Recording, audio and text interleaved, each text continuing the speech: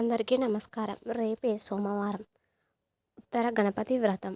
ఈ పుత్ర గణపతి వ్రతం రోజు మీరు ఏం చేసినా చేయకపోయినా ఈ కూర తింటే చాలు మీకు అదృష్టం పడుతుంది. పుత్ర గణపతి వ్రతం రోజు ఈ కూర తింటే పుణ్యం వస్తుంది, సకల శుభాలు కలుగుతాయి, కుబేరులుగా మారి అవకాశాలు వస్తాయి.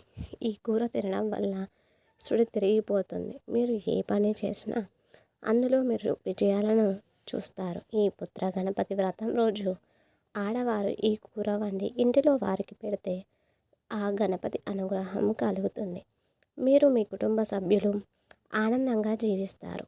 అయితే ఈ పుత్ర గణపతి రోజు ఇంట్లో వారికి ఈ కూరని వండి పెట్టండి. అంతే, ఇక మీ గణపతి అనుగ్రహం కలుగుతుంది. మీరు మీ కుటుంబ సభ్యులు ఆనందంగా జీవిస్తారు. ఈ కూర తినడం వల్ల మంచి జరుగుతుంది. దరిద్రం పోయి లక్షలు కాదు కోట్లు సంపాదిస్తారు. మన హిందూ పురాణాలలో పుత్ర గణపతి వ్రతానికి చాలా విశిష్టత ఉంది. పాల్గొన శుద్ధ చవితి నాడు ఈ పుత్ర గణపతి వ్రతాన్ని ఆచరిస్తారు. భాద్రపద శుద్ధ చవితి నుండి సరిగ్గా 108 రోజుల తర్వాత 6 నెలల గడిచేసరికి పాల్గొన శుద్ధ చవితి వస్తుంది. ఆనాటికి వినాయక చవితికి గణపతికి నక్షత్ర సమూహం సూర్యాస్తమయం కాగానే ఉదయిస్తుంది. వేదంలో చెప్పిన సూత్రం ప్రకారం ఆనాడు కూడా పూజా దేవత గణపతి. అందుకే ధర్మశాస్త్ర కార్యంలో ఆనాడు పుత్ర గణపతి వ్రతాన్ని అన్నారు. పోతుల గణపతి వ్రతం పాల్గొన్న శుద్ధ చవితి నాడు చేస్తారు. ఈరోజు పగలంతా ఉపవాసం ఉండి సాయంత్రం గణపతిని పూజించి చంద్రోదయ సమయాన గణపతికి చంద్రునికి చతుర్థి దేవతకు చందన దుర్వాక్షంతలతో ఆద్యం ప్రదానం చేయాలి. ఇలా చేస్తే సర్వకార్య సిద్ధి కలుగుతుంది. పాల్గొనడం విష్ణు ప్రీతికరం అంటుంది భాగవతంలో. పాల్గొన్న శుద్ధ తదియ శాలివాహన శక సంవత్సరాది పాల్గొన మాసంలో వచ్చే శుక్లపక్ష చతుర్థి నాడు పుత్ర గణపతి వ్రతం జరుపుకుంటారు. వినాయక చవితి వ్రతం లాగానే ఈ వ్రతాన్ని ఆచరించవలసి ఉంటుంది. మంచి సంతానం కోసం, సంతానం లేనివారు సంతానం కలగడం కోసం ఈ వ్రతాన్ని జరుపుకుంటూ ఉంటారు అని పురాణాలు చెబుతున్నాయి. చతుర్థి నాడు గణపతికి చేసే పూజా కార్యక్రమాల వలన సంతానం కలుగుతుంది అని నమ్మకం. కేతు అనుగ్రహానికి వినాయక చవితి సంకష్టహర చతుర్థి పుత్ర గణపతి వ్రతాలు చేస్తే ఫలితం ఉంటుందని సిద్ధాంతాలు చెబుతున్నాయి. ఎంతో విశిష్టతను కలిగిన ఈ గణపతి వ్రతం రోజు ఏ కూర వండాలో, ఏ కూర తినాలో ఈ వీడియోలో వివరంగా తెలుసుకుందాం. అంతకన్నా ముందు ఈ వీడియో నచ్చితే ముందుగా లైక్ చేయండి, మీ ఫ్రెండ్స్కి షేర్ చేయండి. అలాగే మన ఛానల్ని మొదటిసారి కనుక చూసినట్లయితే వెంటనే సబ్స్క్రైబ్ చేసుకొని మాకు సపోర్ట్ చేయండి. అలాగే ఈ వీడియో నచ్చితే కమెంట్ బాక్స్లో ఓం గణపతియే నమః అని తప్పకుండా కామెంట్ చేయండి. వినాయక చవితి లాగానే ఆచరించుకునే పుత్ర గణపతి వ్రతాన్ని పూర్వకాలంలో సద్గుణ సంపన్నుడు వీరుడు అయిన కొడుకు పుట్టడం కోసం రాజులు ఆచరించే వారిని పురాణాలు తెలియజేస్తూ ఉన్నాయి. వినాయకుని శిరస్సును ఖండించి ఆ తర్వాత పరమ వాత్సల్యంతో గజముఖాన్ని ఆ గణపయ్యకు అతికించిన శివయ్య జగదాంబతో కూడి చిన్నారి గణపయ్యను ఒడిలో కూర్చుండబెట్టుకొని దేవతలకు దర్శనం ఇచ్చారు. అలా దర్శనమిచ్చిన మన గణపయ్యను దేవతలందరూ స్తుతించారు. అప్పుడు గౌరమ్మ ఎవరైతే పాల్గొన శుద్ధ చవితి నాడు దేవతలు చేసిన ఆ పుత్ర గణపతి స్తోత్రం చేస్తారో వారి వంశము వృద్ధి పొందగలరని వరాన్ని అనుగ్రహించింది. ఇది వరాహ పురాణంలోని వృత్తాంతం.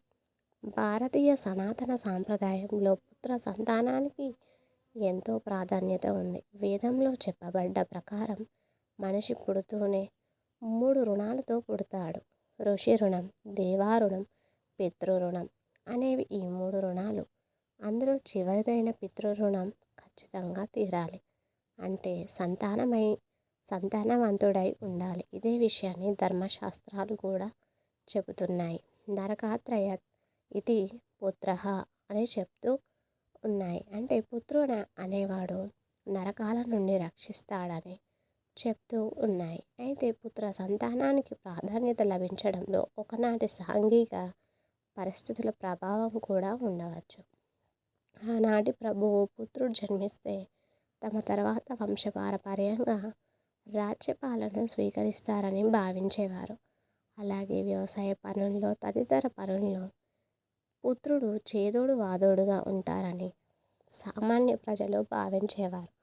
ఆ విధంగా ఈ భావన ప్రజల్లో స్థిరంగా నిలిచిపోయిందనే చెప్పవచ్చు. కార్యాలను ఆచరించిన వారు దాని ఫలితాన్ని అనుభవించి తీరవలసినదే. ఈ పూర్వజన్మలోదైనా కావచ్చు, ఈ జన్మలోదైనా కావచ్చు.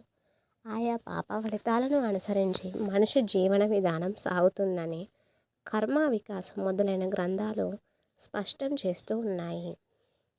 సంతానం రత్నకరమని జ్యోతిష్య శాస్త్ర గ్రంథాల్లో సంతానం కలగపోవడానికి స్త్రీ సంబంధంగా 13 దోషాలు, పురుష సంబంధంగా 8 దోషాలు ప్రధానంగా చర్చించబడ్డాయి.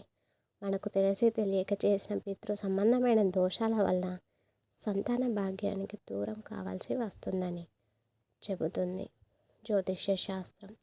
వ్యక్తి యొక్క జాతక చక్రానుసారం ఆయా గ్రహాలు దుష్ట స్థానాల్లో ఉన్నాను లేక పాపగ్రహాలతో కలిసి ఉన్న దాని ఫలితం వల్ల సంతాన భాగ్యం కలగకపోవచ్చు. అటువంటి ప్రారంభాన్ని అనుసరించి ఏర్పడే సర్వవిధ దోషాలను పోగొట్టుకోవడంలో గణపతి ప్రథముడు. పుత్ర సంబంధమైన దోషాలన్నింటినీ సులువైన పరిష్కారం ఈ పుత్ర గణపతి వ్రతం.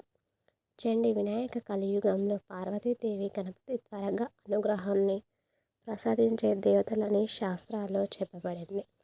సకల విద్యలను ప్రసాదించే సిద్ధి ప్రదాత గణపతి. పుత్రార్థి లేభేత పుత్రాన్ అంటూ గణపతి ఆరాధన వల్ల సంతానాన్ని మనం పొందవచ్చునని నారద పురాణంలో చెప్పబడింది. దేవత గణాలను ఆదిగా విజ్ఞానాలను అధిపతిగా ఆవిర్భవించిన గణపతికి ఆకారాన్ని బట్టి ఆధిపత్యాన్ని బట్టి అనేక నామాలు ఏర్పడ్డాయి. ఎల్లప్పుడూ మూలాధారంలో నివసించే వినాయకుని యోగులు ప్రతినిత్యం ధ్యానిస్తూ ఉంటారు. గణపతి అథర్వ శీర్షం వర్ణిస్తుంది. వినాయక చవితి వ్రతం, సంకష్ట చతుర్థి వ్రతం, దుర్వ గణపతి వ్రతం తదితర వ్రతాలు గణపతిని ఉద్దేశించినవే అయినప్పటికీ పుత్రఫలం ప్రదంగా చెప్పబడింది మాత్రం పుత్ర గణపతి వ్రతమే. గణపతియే ప్రధాన దైవంగా ఆరాధించబడే పుత్ర గణపతి వ్రతాన్ని పాల్గొన శుద్ధ చవితి నాడు ఆచరించాలని వ్రత నిర్ణయం చంద్రిక అనే గ్రంథం వల్ల తెలుస్తుంది. ఈ పుత్ర గణపతి వ్రతం చేయాలనుకునేవారు ఈరోజు ఉదయాన్నే తలంటూ స్నానం చేసి వ్రతానికి కావాల్సిన గన్నేరు పూలు, ఉండ్రాళ్ళు, అరటి పండ్లు తదితర వ్రతానికి ముందుగానే సిద్ధంగా ఉంచుకోవాలి. భార్యాభర్తలు ఇద్దరు కూడా ఇంటిలో ఈశాన్య భాగంలో నేలపైన అలికి దానిపై తెల్లని వస్త్రాన్ని పరవాలి. లేదు దానిపై ధాన్యాన్ని పోసి మధ్యలో వినాయకుని ప్రతిమను స్థాపించుకోవాలి. ప్రతిమ లేనట్లయితే ఒక కలశాన్ని కూడా పెట్టవచ్చు. లేదా మట్టితో గణపతి ప్రతిమను తయారు చేసుకోవచ్చు. దీపారాధన చేసిన అనంతరం సంధ్యా దోష నివారణ ద్వారా సంతాన ప్రాంతపుత్ర గణపతి వ్రతం కరిసే అనే సంకల్పం చెప్పుకొని పూజను ప్రారంభించాలి. విఘ్నేశ్వరునికి ఓం గణపతియే నమః అంటూ బిగ్గరగా చెప్తూ ఉపచారాలను సమర్పించాలి. పంచామృతతో అభిషేకించి గణపతికి ఇష్టమైన ఉండ్రాలను తదితరులను నైవేద్యంగా సమర్పించి మీరే జనసేన ముగించాలి. గణపతి ప్రీతి కొరకు 21 నామాలైన అజశీయుడు, విఘ్నరాజు, లంబోదరుడు, శివాత్మజుడు, వక్రతుండుడు, శూర్పకర్ణుడు, కృష్ణుడు, వినాయకుడు, విఘ్నేశ్వరుడు, విఘ్నాసుడు, వికటుడు, వామనుడు, సర్వార్థినాశి భగవాన్, విఘ్నహార్త ధూమ్రాక్షుడు, సర్వదేవాది దేవుడు, సుముఖుడు, ఏకదంతుడు, పాలచంద్రుడు, గణేశ్వరుడు, గణకుడు ఈ నామాలను చదువుతూ 21 సార్లు గన్నేరు పుష్పాలను గణపతిపై ఉంచాలి. అనంతరం పుత్ర గణపతి కథను చదివి అక్షింతలు దంపతులు శిరస్సుపై ధరించాలి. పతీర్థ ప్రసాదాలను స్వీకరించి ఆనాటి సాయంత్రం వేళలో భోజనాన్ని చేయాలి. ఈ పూజలో ఖచ్చితంగా గరికలను వదలాలి. విశిష్టత అతన మహానారాయణోపనిషత్తు ఈ విధంగా వివరిస్తుంది. పావనమైనది, పవిత్రమైనది, వేల వేల ద్రవ్యాల కంటే ఉత్తమమైనది, సులువుగా అలంకరించే స్వభావం కలిగిన దుర్వన పాపాలను తొలగించుగాక. భూమి మీద మొలిచిన దుర్వ ఎక్కడైతే భూమికి తాకుతుందో తాకిన ప్రతి చోట కొత్తగా ఒక దుర్వ పుడుతుంది. ఇలా దాని జాతి విస్తరిస్తుంది. ఎలాగైతే దుర్వాలు వృద్ధి ఉన్నాయో అలాగే మన వంశం కూడా వృద్ధి చెందాలి. ఇంతటి అద్భుత భావన ఉన్నందుకు సంతానపరమైన పూజారి కాలలో దొరువలకు విశిష్టత కల్పించారు మన పెద్దలు. ఇక వీడియోలోకి వస్తే, ఈ పవిత్రమైన పుత్ర గణపతి వ్రతం రోజు ఆడవారి ఇంట్లో బీరకాయ కూర వండాలి. ఈ పుత్ర గణపతి వ్రతం రోజు అందరూ తప్పనిసరిగా బీరకాయ కూరను తినాలి.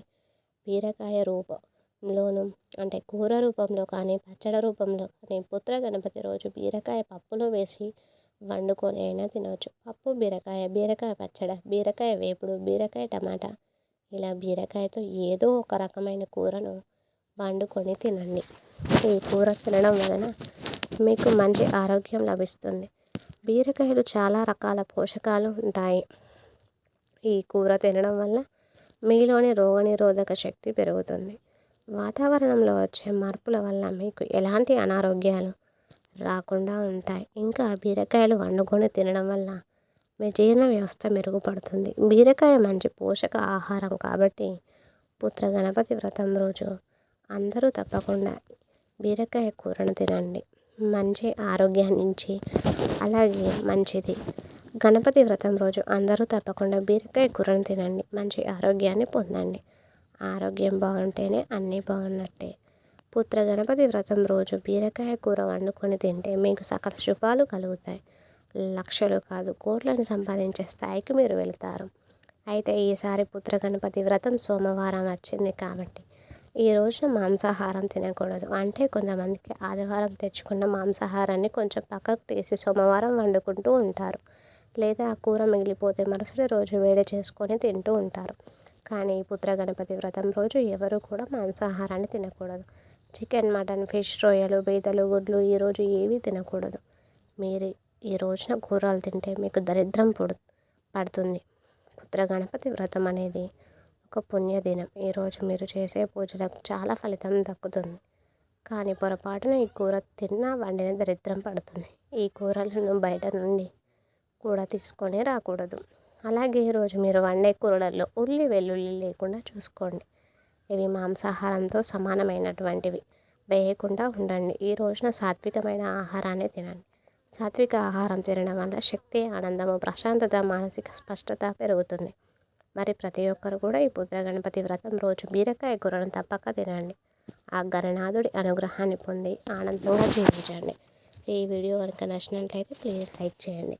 మన ఛానల్ని మొదటిసారిగా చూసినట్లయితే వెంటనే సబ్స్క్రైబ్ చేసుకొని పక్కన ఉన్నటువంటి బెల్ ఐకాన్ని ఆన్ చేసి పెట్టుకోండి. మేము పెట్టగానే మీకు వీడియో నోటిఫికేషన్ ద్వారా వస్తుంది. ఇంతవరకు ఈ వీడియో చూసిన అందరికీ కూడా ధన్యవాదాలు.